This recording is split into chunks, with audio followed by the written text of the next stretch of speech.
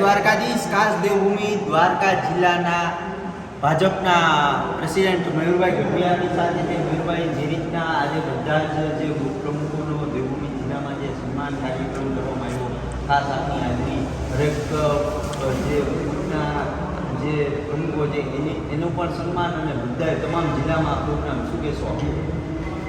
વિશ્વની સૌથી મોટી રાજકીય પાર્ટી ભારતીય જનતા પાર્ટી દ્વારા હાલમાં સંગઠન પર્વ ચાલી રહ્યું છે. ભારતીય જનતા પાર્ટીના પાયામાં બૂથ પ્રમુખનું ખૂબ જ મહત્વનું સ્થાન રહેલું છે. પ્રદેશ ભારતીય જનતા પાર્ટીની સૂચના અને માર્ગદર્શન મુજબ આજે સમગ્ર જિલ્લામાં દરેક મંડળ સહ પ્રદેશ દ્વારા નિયુક્ત ચૂંટણી અધિકારી શ્રી ઇન્દ્રભાઈ હિરપરાજીની ઉપસ્થિતિમાં મંડળના નવનિયુક્ત બૂથ અધ્યક્ષો સાથે એક સંવાદ અને બેઠક સન્માનનું આયોજન કરવામાં આવ્યું, જેમાં ભાણવડ શહેર તાલુકો ખંભાળિયા, તાલુકો શહેર સલાયા, કલ્યાણપુર, રાવલ, દ્વારકા તાલુકો દ્વારકા શહેર અને ઓખા. અત્યારે આપ જ્યાં આપણે મળ્યા છીએ તે દ્વારકા શહેર તાલુકાના નવનિયુક્ત બૂથ અધ્યક્ષો સાથે એક બેઠકનું આયોજન કરવામાં આવ્યું હતું. પ્રત્યેક નવનિયુક્ત બૂથ પ્રમુખોનું સન્માનપત્ર સાથે એનું સન્માન કરવામાં આવ્યું. એને સાધુ સંતો અને આગેવાન ઉપસ્થિતિમાં એમને મળેલી જવાબદારી શ્રેષ્ઠ રીતે નિભાવે અને આગામી દિવસોમાં બૂથ મજબૂત કેમ બને, પાર્ટી દ્વારા આવતા કાર્યક્રમો કેમ થાય અને એમને મળેલી જવાબદારી સારી રીતે નિભાવે એ પ્રકારનું આયોજન કરવામાં આવ્યું હતું. આ નવનિયુક્ત બૂથ પ્રમુખોને આગામી જે જવાબદારી મળી છે એ શ્રેષ્ઠ રીતે નિભાવે અને મંડળના અધ્યક્ષોની જે ચૂંટણી પ્રક્રિયા ચાલી રહી છે એમાં દરેક બૂથના અધ્યક્ષોનું પણ એટલું જ મહત્ત્વ રહેલું છે. એટલે એમની પાસે સેન્સ પ્રક્રિયા પણ કરવામાં આવી અને આગામી દિવસોમાં આ બૂથ અધ્યક્ષોની જે સેન્સ પ્રક્રિયા હતી એના આધારે મંડળના અધ્યક્ષોની પણ નિયુક્તિ કરવામાં આવશે પ્રદેશ ગુજરાત ભારતીય જનતા પાર્ટી દ્વારા.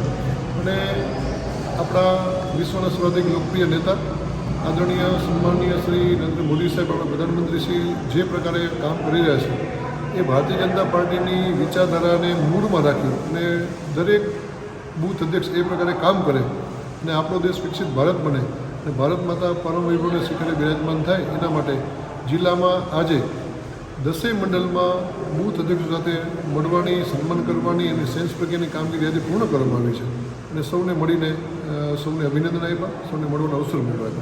મયુરભાઈ, જ્યારથી આપણે ચાર્જ લીધો છે, જિલ્લા પ્રમુખ આપ બન્યા છો, પછી જિલ્લામાં પણ ઘણા બધા ફેરફારો જોવા મળ્યા છે. ખાસ સંગઠનની ગતિ વધુ મજબૂત જે બન્યું છે, રિઝલ્ટો પણ ઇલેક્શનમાં જોવા મળ્યા છે, શું કહેશો?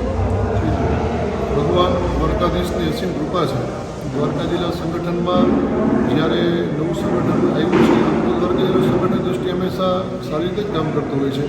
પરંતુ છેલ્લા આપણે સપ્ટેમ્બરમાંથી જ્યારે પ્રાથમિક સદસ્યતા અભિયાન સમગ્ર ભારતમાં ચાલ્યું એમાં દ્વારકા જિલ્લાની બંને વિધાનસભામાં ખૂબ સારા પ્રમાણમાં નવા સદસ્યો જોડવામાં, બંને વિધાનસભામાં ગુજરાતમાં 182માંથી ટોપ 20માં રહી, એનું માટે પણ સૌને અભિનંદન આપ્યા. ત્યારબાદ સક્રિય સદસ્યોની જે નિર્માણ હોય છે, સક્રિય સદસ્ય બનવા માટે પાર્ટીના કાર્યકર્તાઓ, ભાઈઓ બહેનો કાર્યકર્તા બનતા હોય છે. એમાં પણ ગુજરાતમાં સક્રિય સભ્યોમાં પણ દ્વારકા જિલ્લો શ્રેષ્ઠ હતો.